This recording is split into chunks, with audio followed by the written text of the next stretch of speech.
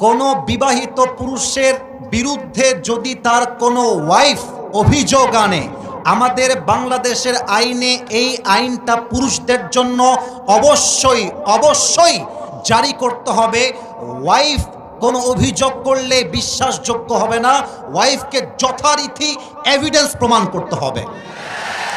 আমি একটা কথা পুরুষদেরকে জিজ্ঞেস করতে চাই, হে পুরুষেরা, আমি নিজেও তো পুরুষ, আপনারাও পুরুষ।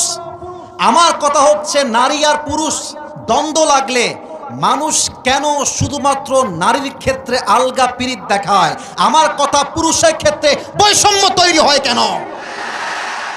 রাস্তায় একজন মেয়ে আর একজন ছেলের ঝগড়া হচ্ছে, মারামারি হচ্ছে, আমরা পুরুষ জাতি বড় বেঈমান।